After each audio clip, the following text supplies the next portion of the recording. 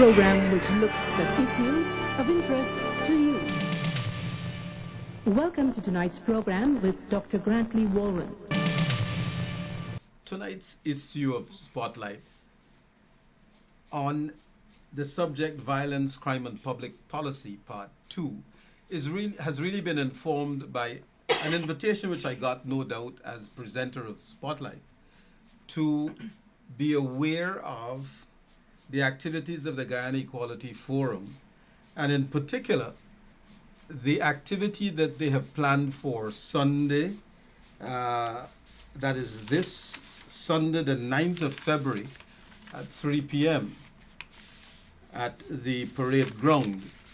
Among other things, the Guyana Equality Forum is sponsoring a walk, and it is called Walk for Equality, with a sub-theme, No to Violence. Now, I was particularly intrigued with this, in particular since the very first program done by Spotlight for this year dealt with this question of violence, crime, and public policy. Recognizing that we do have a problem, that is the view of Spotlight, and wish to engage the public first in understanding the nature of this and the response which, as a people, individually and jointly, we should be responding. Now, one of the flyers provided by the Guyana Equality Forum notes the following sets of statistics.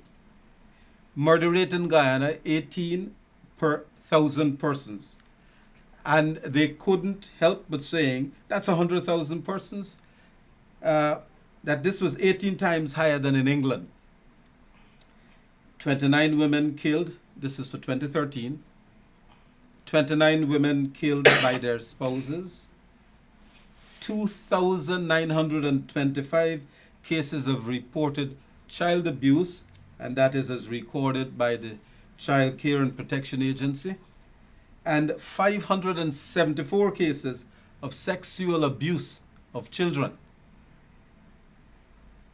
That flyer also mentions the numerous acts of violence being experienced by members of our lesbian, gay, and transvestite community.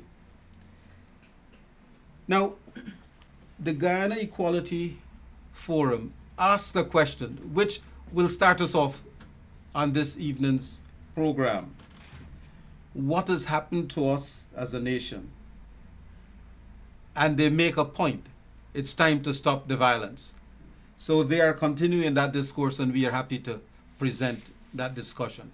To assist us with this discussion are Miss Melinda Janki from the Justice Institute, Miss Wintress White from the Red Thread organization, and Father Godfrey Veerasammy, a Roman Catholic priest and friend of the Justice Institute. Welcome to Spotlight. Thank you. Thank you. Now, let us start by trying to understand Guyana Equality Forum. What is it? And then you would immediately try to tell us what is the nexus between inequality and violence. Okay. The subjects of your march on Sunday. Okay. Well, first of all, Grantley, thank you very much for having us on the program and for telling everybody about the walk on Sunday, where we'll start at 3 o'clock from the parade ground. And we're really asking everyone to come out. And this is a symbolic act to say no to violence. The more people that we have at the march, the more we can say that people in this country have really said enough is enough. It's time to say no to violence. The organization that is arranging this is actually the Guyana Equality Forum, which is a coalition, a network of civil society organizations. So there are many, many organizations in it. I can't say exactly how many because the number is increasing, but I would say key organizations in the network are Red Thread, SASOD, the Society Against Sexual Orientation Discrimination, Child Link, the Guyana Trans Union, Justice Institute Guyana, and many other organizations who are involved in issues to do with human rights and who care passionately about what is happening to our country. The question that you asked about, the link between equality and violence, perhaps I could start off by explaining what we mean when we talk about equality, because it means different things to different people. For us, equality is to look at one another and treat one another with equal respect, to recognize that each of us as a human being, we have dignity, and to recognize that dignity and to recognize that we are equal. And so therefore that puts some serious constraints on our behavior. You are equal in dignity to me, I must treat you with respect.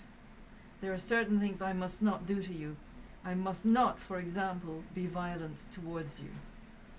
So equality is really about recognizing the dignity of each and every person in Guyana, and of course globally, but we're talking specifically in the context of Guyana. Mm-hmm. Is there anything that you wish to add, Father Veerasammy? I suppose we can take up the phrase, we are made in the image and likeness of God, which means we are special in the eyes of God, and therefore dignity and respect comes into play in a very big way as to how we treat each other, how we live, how we care for our creation, and all the rest of it. And of course, Wintress? Yes. I would just like to add a little twist in that, yes, we should treat each other with dignity and respect, but then we have to look on the wider sphere where I think the government should look at us as equals also, because we are suffering inequality in every form, every day. Very good.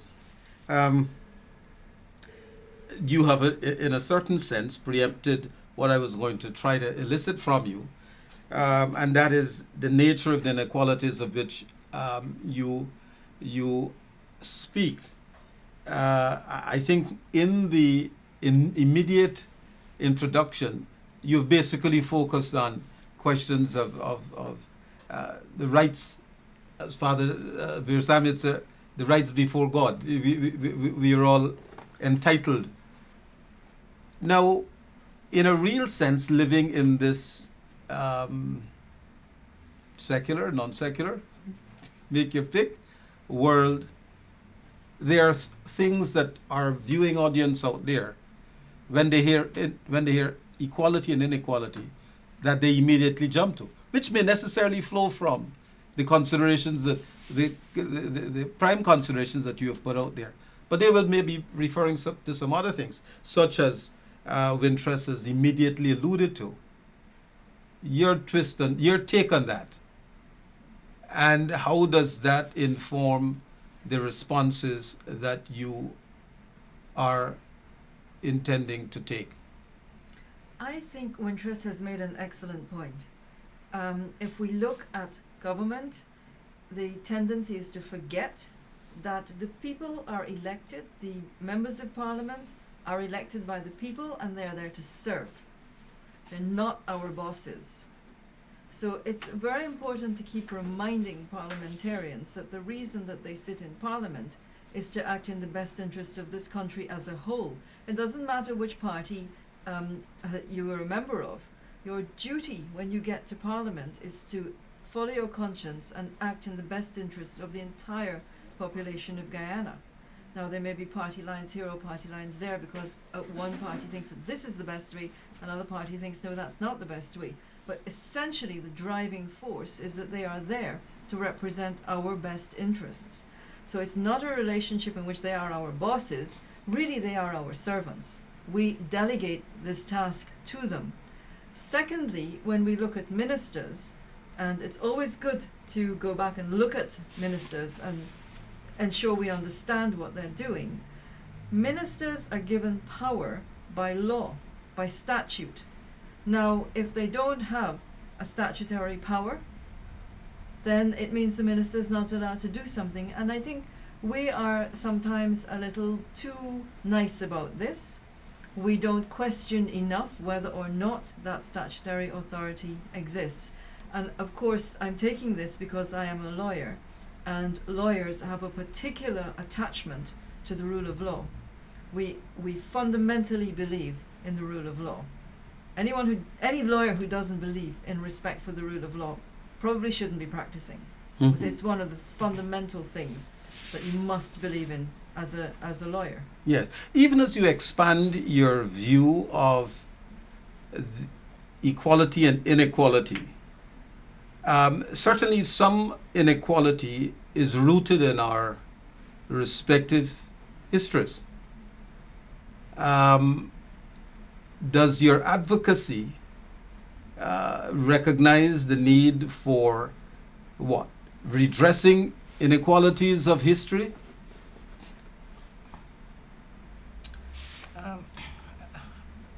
Let me take a take on that. When you say addressing the inequality of history, I don't think we as a nation ready to do that. For we to do that, we have to go back in time, like what happened in the 60s and way back then.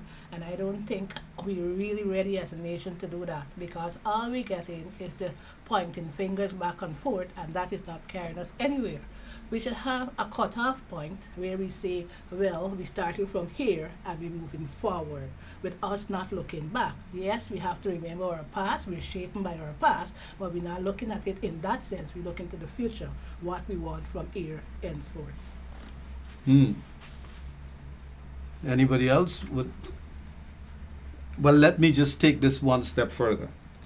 Melinda said, look, forget this history story. And we will for the moment. We'll take her advice for the moment. Sorry, Wintress, yes. And we'll take her advice for the moment. But we can't forget the society in which we operate, in which we live. At best, a bicommunal society, which has got all of the elements of distinctness, of, in particular, two large groupings. There are other groupings, Exactly. several groupings, but in particular, two large groupings. And the reason that I focus here is that, in a certain sense, the advocacy that you're promoting will have to find its place within the context of the operations of the state and individuals in a bicommunal society. True. Where cleavages are very evident. So I ask you, therefore, in as much as Wintress has said, forget the history, and I said we will grant her that for the moment, and ask whether, in fact, the way that we have set about our constitutional arrangements and the fact that, given the nature of our politics in a society such as this, that you can have advocacy that talks about redressing inequality without, in fact, frontally treating with questions of the institutional arrangements that we set to govern ourselves. Who wishes to take a jump? I think we need to recognize history as history, learning from it, be it the differences where we find ourselves politically wise or ethnic groupings. I think we need to begin to celebrate that differences. Celebrating the differences meaning we bring to the table of conversation, of debate, of celebration, the gifts we have of each other, the talents we have, our expertise. If we can bring those to the table of discussion, then I think we're moving one step forward. In this celebrating of differences, then, we look at each other as equals. Beginning our program, we talk about equality. We want to celebrate this difference in this equality. Each of us brings something to the table for a conversation on a particular issue, historic, political, whichever way. but we celebrate it. We talk to each other about the things that affect us. And we can do that in friendly dialogue. We don't need to be pointing fingers. So in a way, we're saying we want to find a solution to Yes. all of the problems we might be experiencing, particularly this one, violence. Melinda, you wanted to, or let me just, or I'll tell you what, Father Veerasammy, you would be the first to admit that there's both good and evil existing side by side. True. And notwithstanding the goodness to which we all aspire, True. and which informs the prescriptions that you immediately throw to us, part of the way we organize our society has to do with the curtailment of some of the evil. And the institutional arrangements that we put in place via must recognize the fact that we all presumably wish to suppress evil. I therefore wonder whether within that context one could be looking at the Guyana Equality Forum as a ready ally where it is recognized that we must make changes of a structural nature to deal with the fact of the potential perpetuation of evil, meaning discrimination, and we'll come to talk about that just now, meaning the perpetuation of the subjugation of one set of people by any other set in whatever form it takes, whether it was back in slavery or whether people are trafficking in persons, etc. That in each of these situations, one should be able to view the advocacy coming out from the Equality Forum as a ready ally.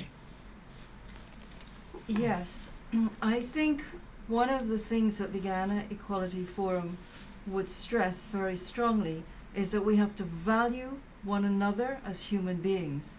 That doesn't mean that all behavior is acceptable. So we have to draw a line between saying, yes, this person is valuable, but that behavior is wrong. And therefore, what we have to do is make sure we have in place structures to stop that behavior.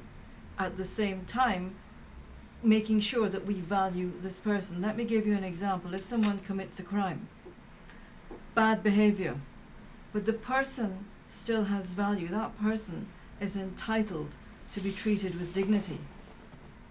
So we draw a distinction between the person who has value and the behavior that we wish to rid society of. Mm-hmm. And similarly, I suspect at the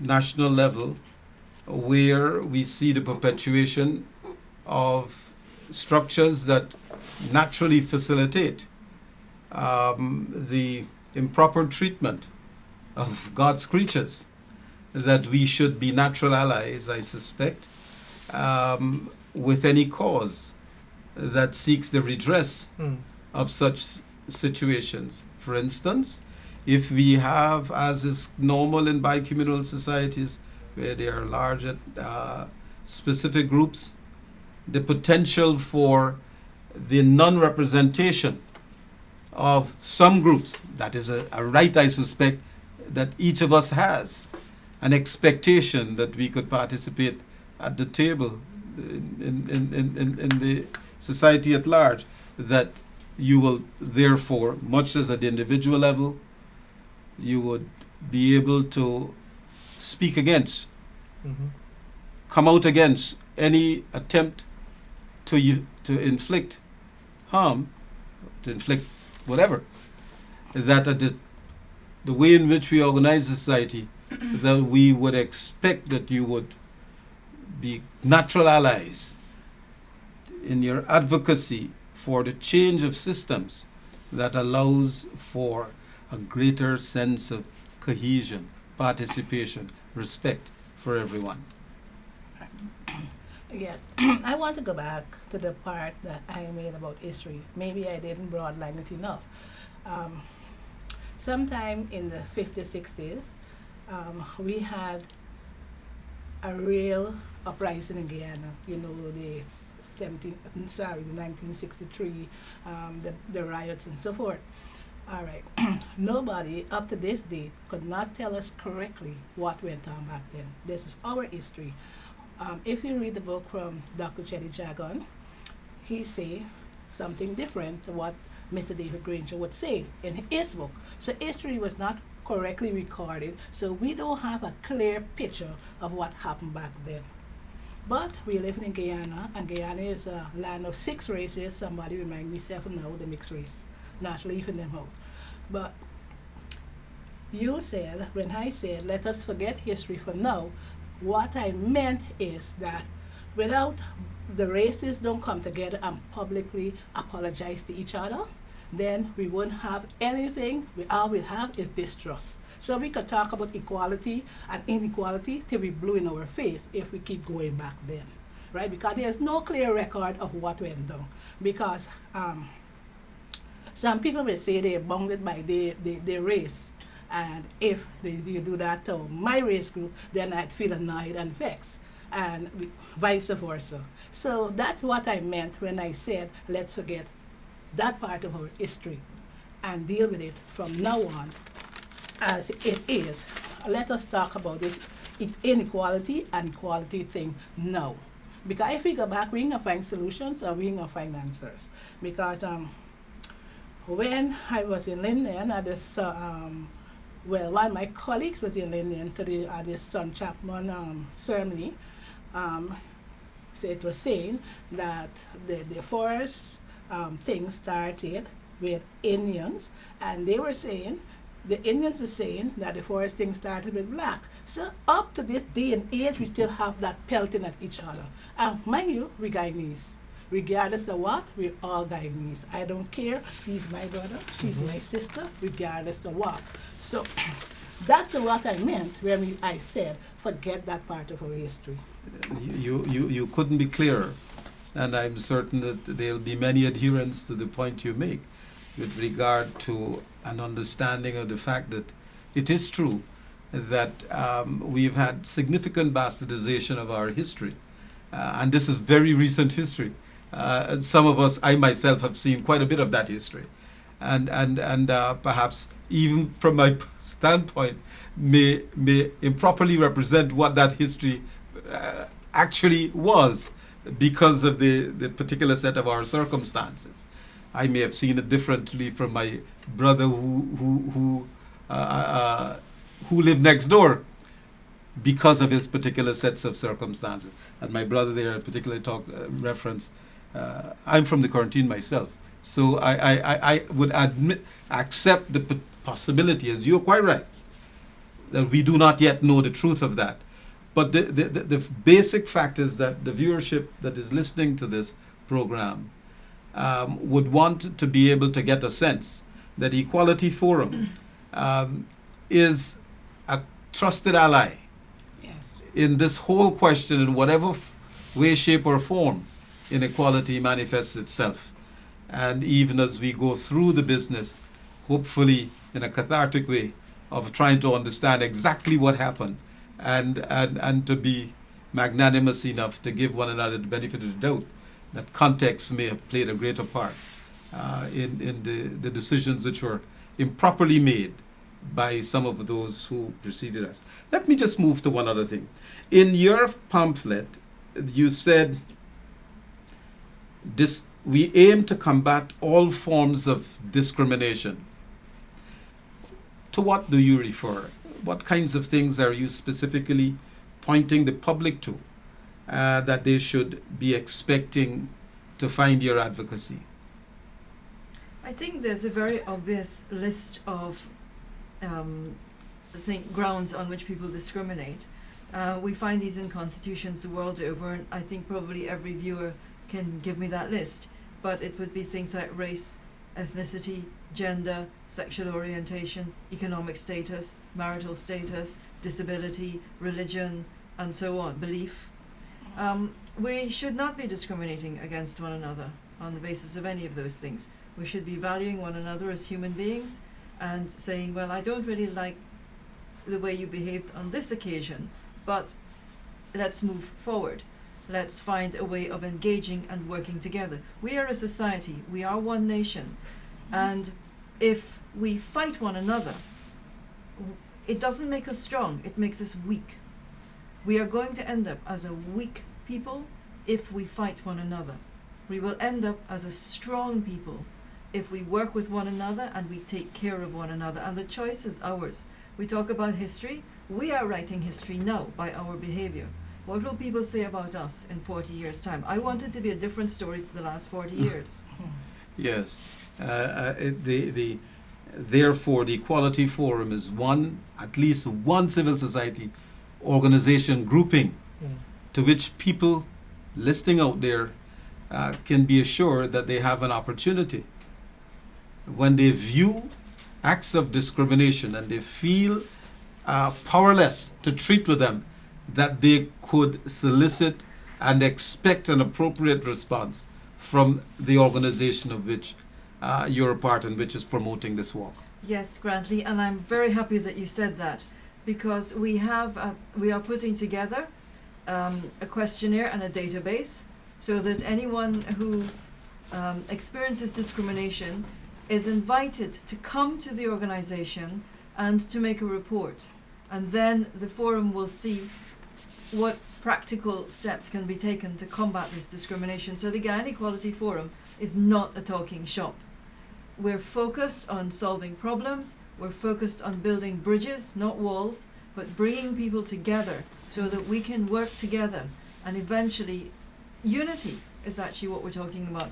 Father Godfrey talks about us bringing different strengths, different gifts to the table. Absolutely. If you look at the Guyana Equality Forum, you will see immediately we're all bringing different gifts to the forum. You look at that room and it's a completely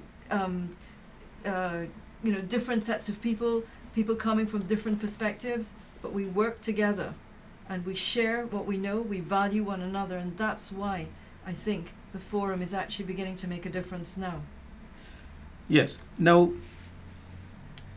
much has been made about the necessity to get a strong civil society grouping in this country. I think just about every comment sets of evaluations as to whether it is excesses of government or inappropriateness of the nature of the relationship between those who occupy the political space and deem that they are the only ones to be there, the political parties. Ever so often one gets the sense that we are not making the kinds of changes because our civil society groupings literally non-existent.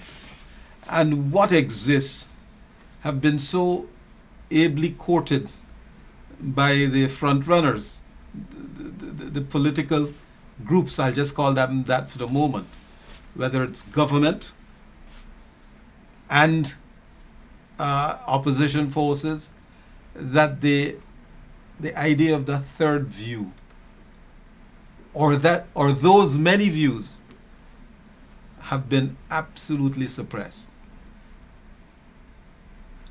Some have attributed to fear. You would like to make a comment?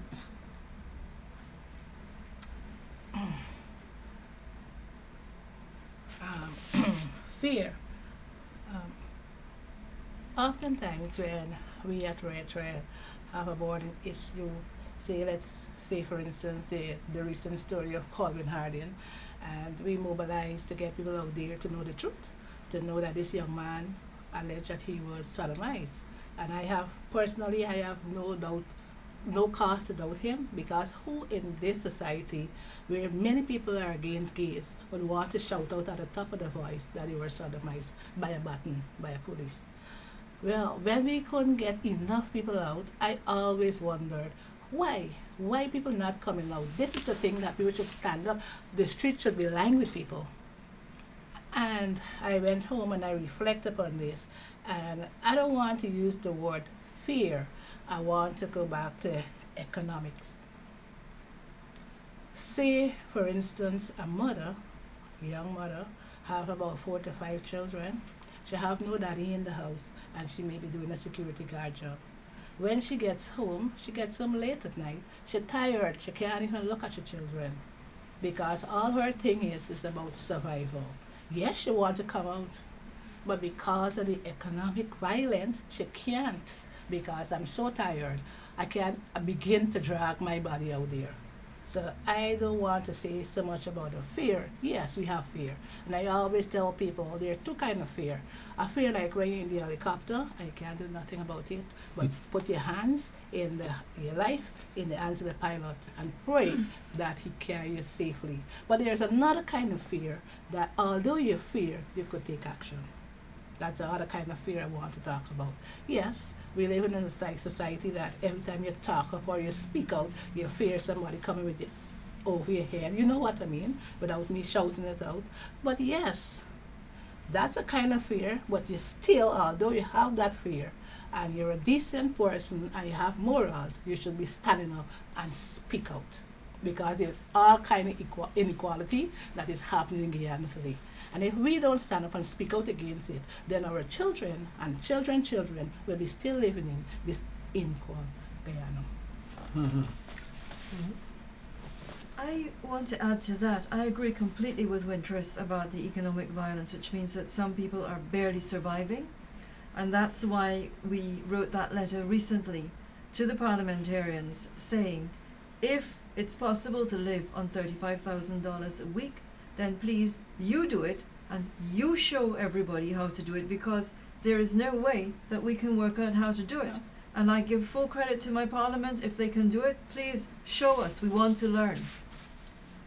In addition, though, to come back to this issue of fear, what about the rich? What about the powerful in society? Where were they when people were saying what has happened to Mr. Harding? Where are the people who don't really have any grounds for being afraid? This isn't about race or class or gender or anything. This is about basic human decency. If a man in our society is brutalized in this way, every Guyanese should be out there saying, this is wrong. This must not happen again. So where was the rest of society? Where is the rest of society now? Melinda, I want to answer you, if I may. When that young man, I can't remember his name, where the police had thrown ventilated on him and burned him up, we had this big picket. And I was speaking to a lady, and she said, I asked my other sisters to come out here, but they say they're not because they're afraid of witch hunt. So I say, by who? And all she said, the tax people. Did that answer your question? Well, you asked specifically where all these businesses gone I'm saying and individuals. Where is everyone? Yeah. This has happened to someone in our country. Mhm.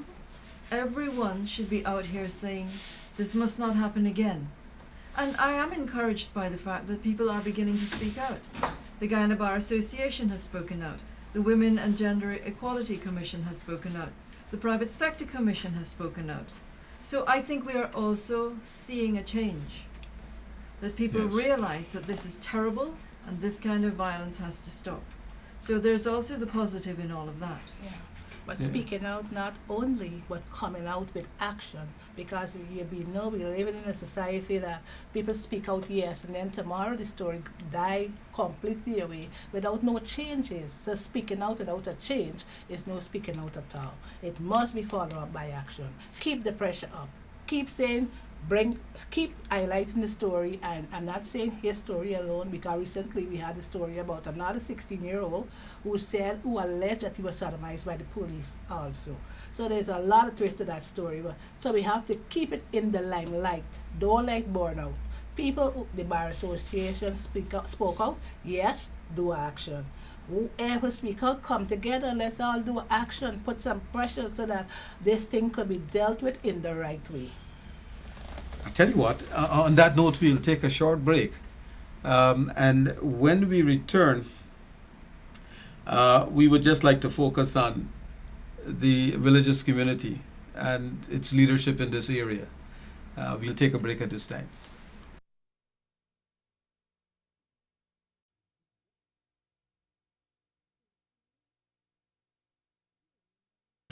You know,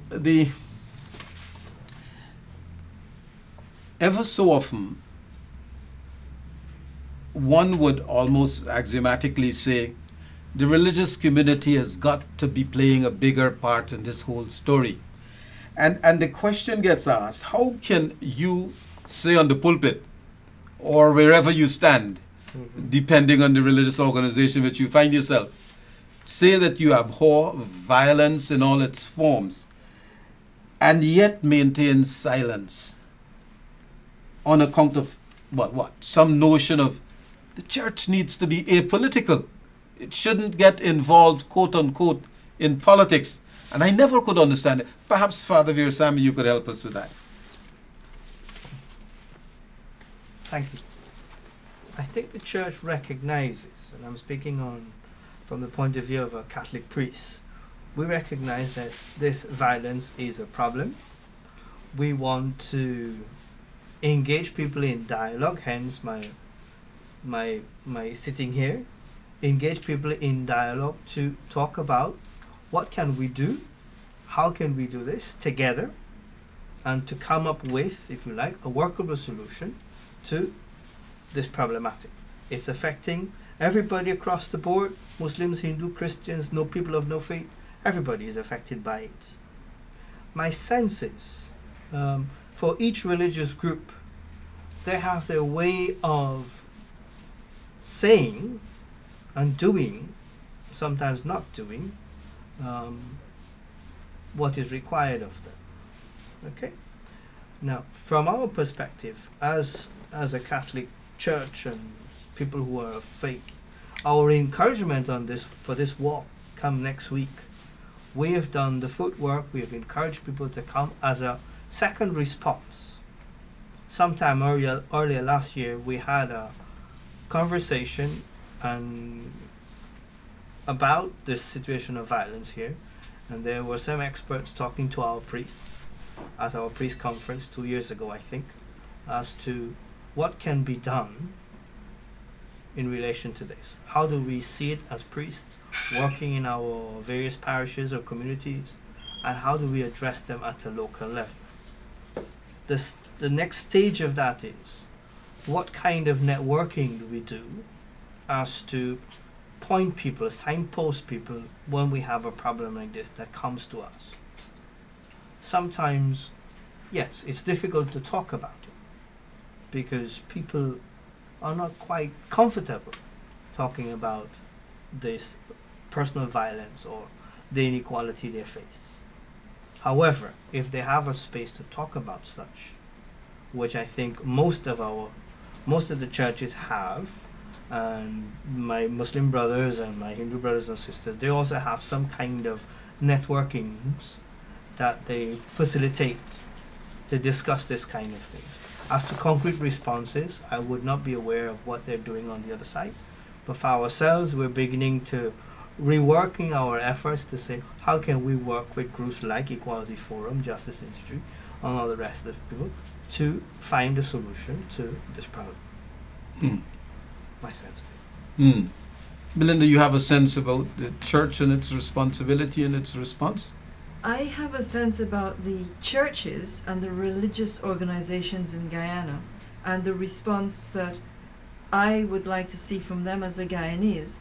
And that is, first and foremost, I would really like the different religious bodies to say no to violence, to send that message out to their congregations.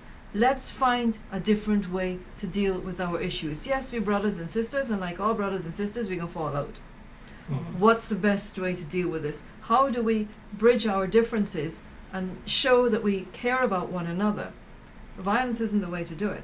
So first and foremost, I think what we're looking for from the religious organizations, the churches and so on, is an example of how to live peacefully. There is, the saying, there is no road to peace. Peace is the road.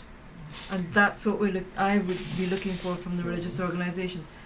I also want to remind everybody, the greatest movement for peace in the 20th century was from a Hindu. It was Mahatma Gandhi. So peace is not something that is one province or another. Peace is something for all of us. It involves every single religion. Every one of us has a role to play in that. And the churches, if they can take that leadership and demonstrate in a practical way that peace is us, then I think they will have done their job. All right.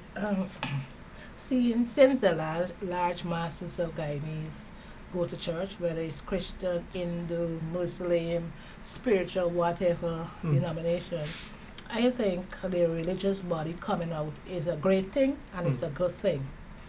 I want to say back in time, when I used to be a Pentecostal, I was living in a very violent relationship.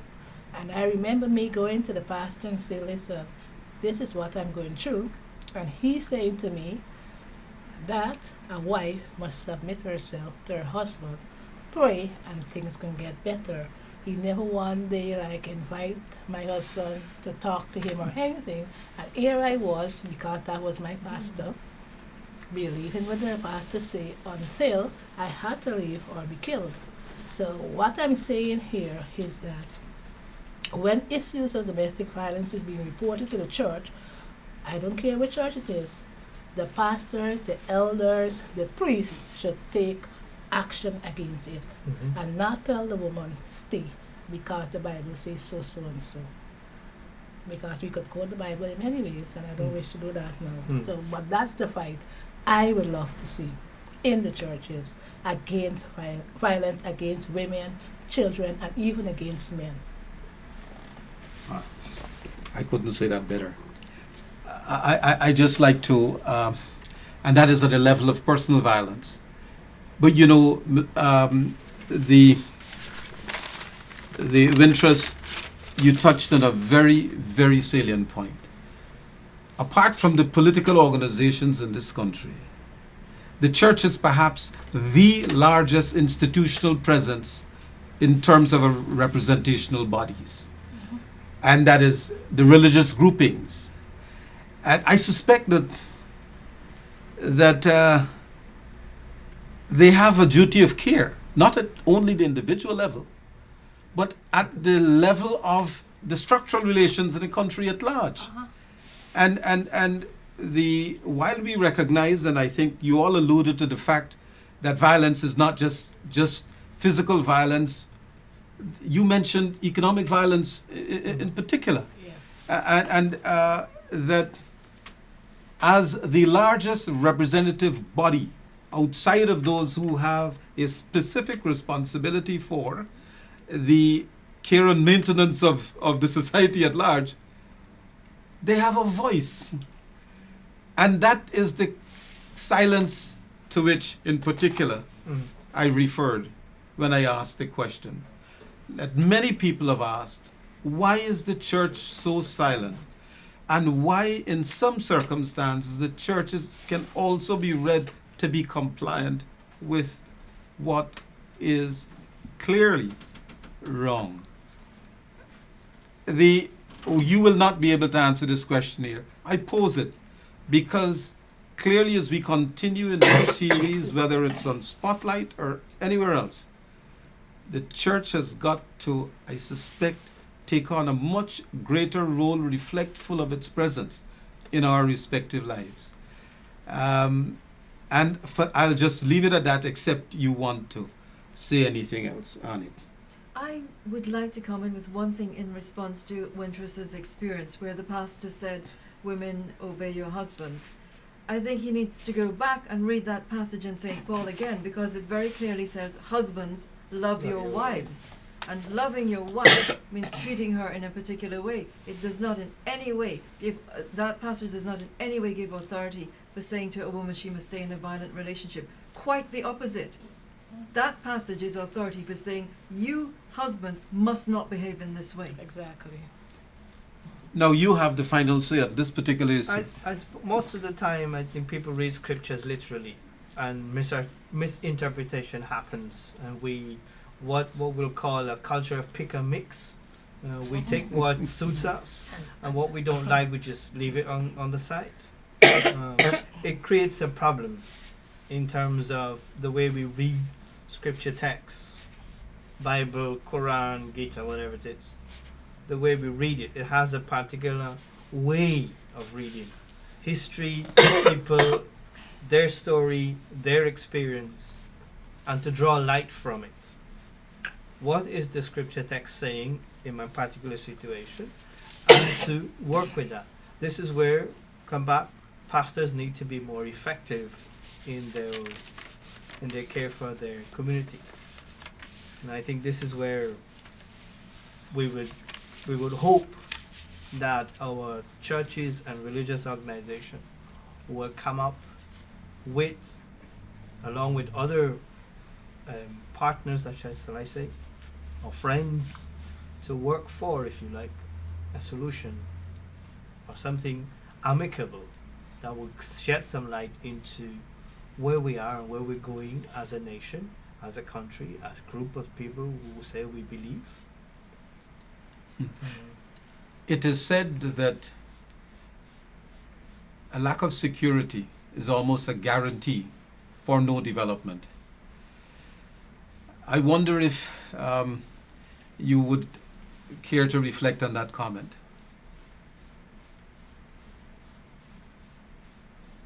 Crime and insecurity retards development in every form.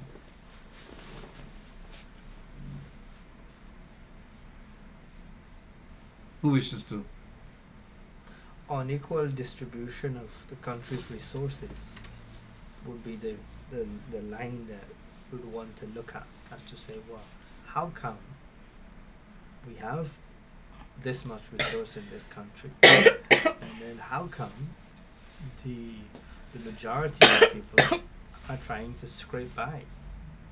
And then you have some people having more than they need. Some people are using what they have to alleviate the situation of others.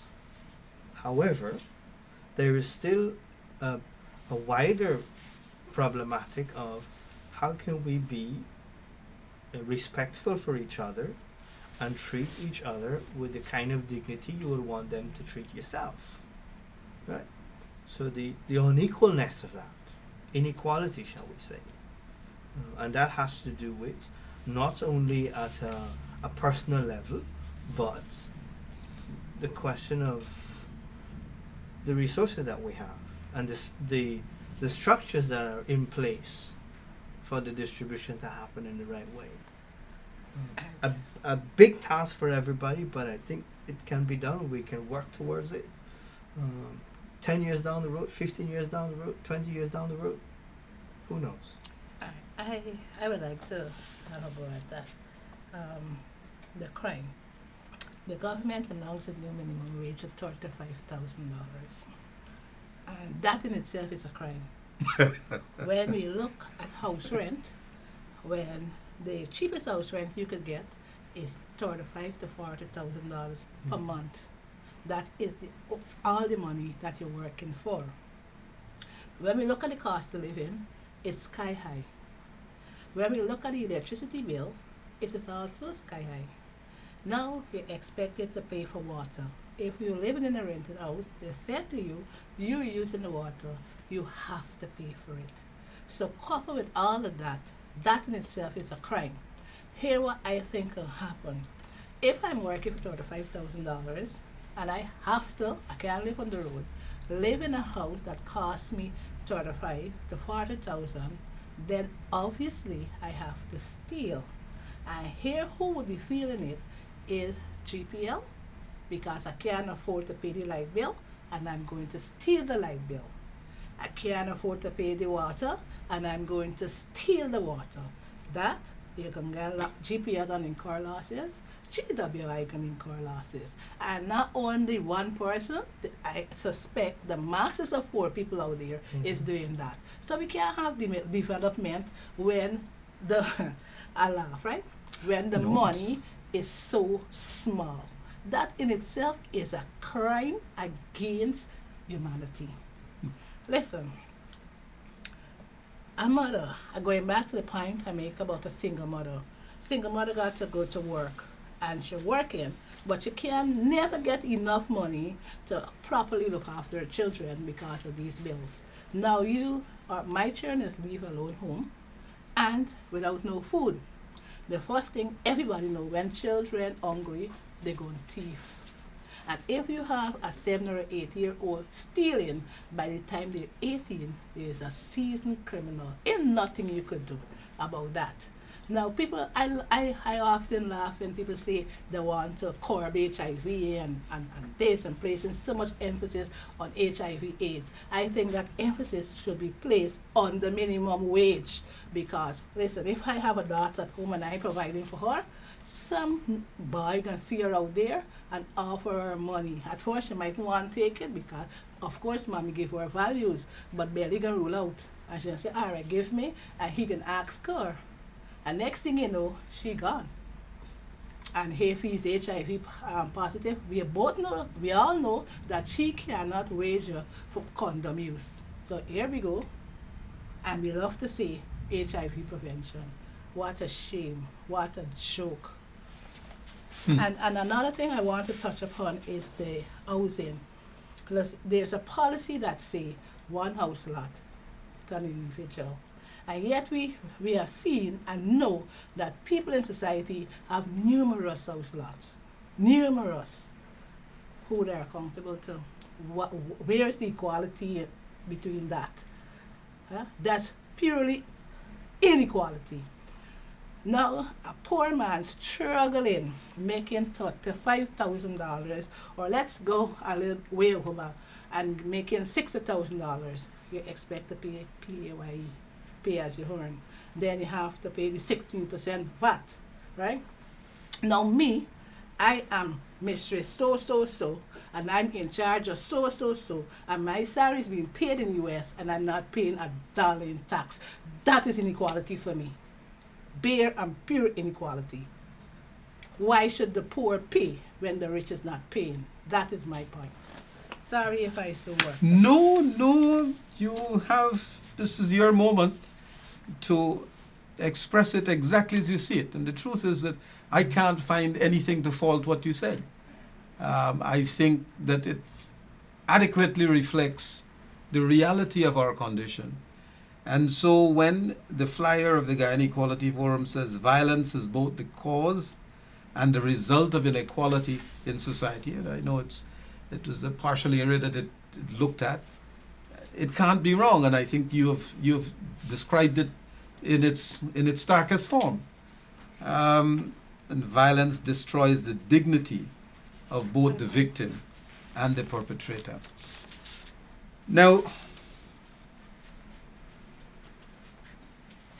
the criminal justice system, you must be appealing to them as an equality forum if you are going to be going against violence. I mean, almost by definition, it means that an act is being perpetrated against someone to which he does not willingly subscribe. And hence the rule of law. I think you were reminding us that the rule of law was central to our perception as to how we should organize ourselves. What is it that the Guyana Equality Forum looks for to the criminal justice system in the way of changes? What would you like to see changed in the way our coercive arm, the police and all of that, and the judicial arm? What is it you would like to see happen? Let's call it for what it is.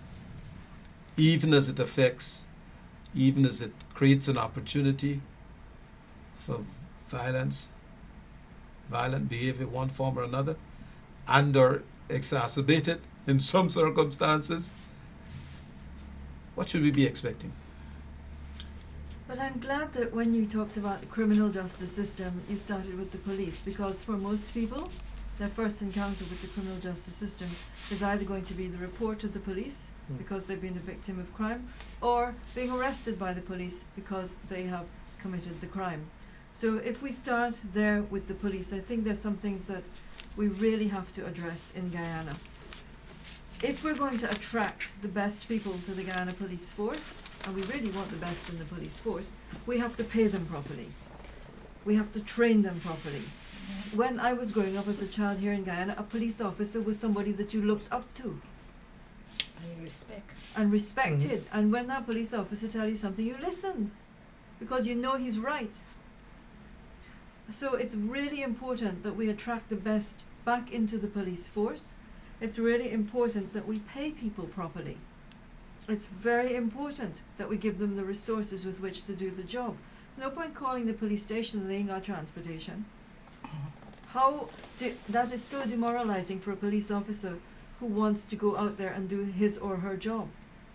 So I think those are just the bare minimum that we need to start with. Any further? Very quickly. Well, yes, in terms of police behavior, when the police behave in an inappropriate way, that behavior has to be dealt with. And there are different ways to do it. If it's a minor infringement, then that officer can be disciplined, sacked, suspended if it's more serious, sacked if it's more serious. But where a police officer has committed a crime, that police officer ought to be put through the criminal justice system. No one is above the law. Exactly. And that police officer is entitled to a fair trial. So the criminal justice system must work both ways, and it must always be seen to be fair. Any discussion on the question of violence, crime, and public response in terms of public policy can't help but look at the role of education. The one area that we all look to try and condition behavior. And at the end of the day, it is behavior we're talking about. What would you like to see happen? What would you like to advocate with regard to our sense of educating the young and the old? Start off by, we began earlier today with dignity and respect. That's the first two words. Equality comes the third one. That should be part of the way we teach, the way we educate. If we are equal in dignity, then that's one way of starting. To begin that from a church's point of view, that's where we start.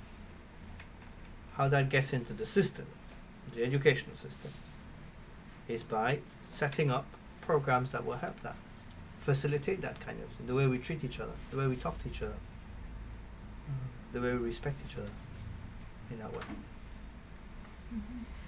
I think education is the key, and I don't see it as the province of any institution.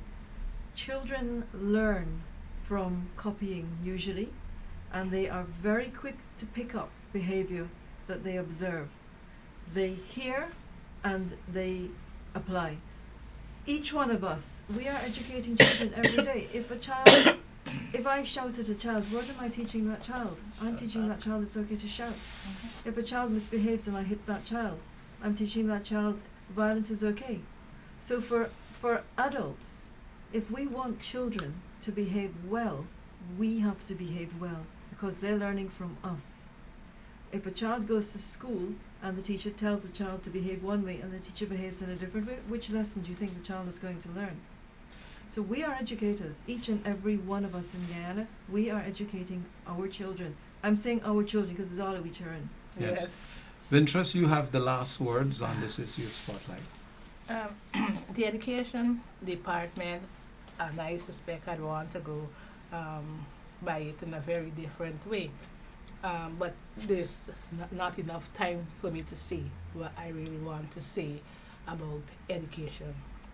First of all, I want to look back when you and Melinda and all of us used to go to school, the quality of education we receive. I just always say the primary school education equal to the university education now. Because many people coming out from the UG and cannot read properly. They can't spell. Teachers can't spell properly. So obviously if they can't spell properly, then where are you teaching the children? So I suspect that maybe you could invite me on another program to talk Yes. about the education issue. It's that's another area that is close to me. this whole question of education and what in fact we are doing, what we are preparing our kids for. Yeah. And more and more, I think we'll be soliciting more views. Yes. And certainly Wintress will be more than happy to have you Thank you. weigh in on this question of the focus and relevance of our education and the manner in which we pursue it. Let me, this issue of Spotlight, thank Ms. Melinda Janki, Mr. Wintress, Ms. Wintress White, Thank you. and Father Godfrey Veerasammy for appearing on this issue of Spotlight, which dealt with violence, crime, and public policy, and to remind our viewers that on Sunday, the 9th of February, that is this Sunday, at 3 o'clock at Parade Ground, the Guyana Equality Forum is sponsoring a walk. And the principle, though it's dubbed a walk for equality, immediately the focus is on saying no to violence. Spotlight, as I said at the beginning of the program, really adopts the idea that the forum has sponsored, and would like to commend the participation of our viewership to this particular activity. We really have to have a better sense of our rights, the fact that we are all equal under the sun, and that violence should have no part in the way in which we treat one another, the way in which the state treats us, and the way in which we treat everything else. Yes. I'm Grantley Waldron saying good night to Spotlight.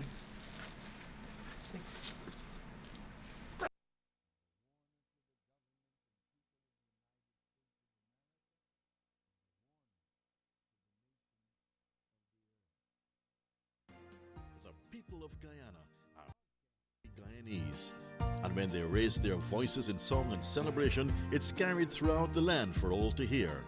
We listen to the roar of the crowd as sportsmen strive and excel everywhere, just as we marvel at the peace and serenity of our hinterland. At GT&T, our investment in communications technology has spanned the nation, making one people, one nation a dream come true.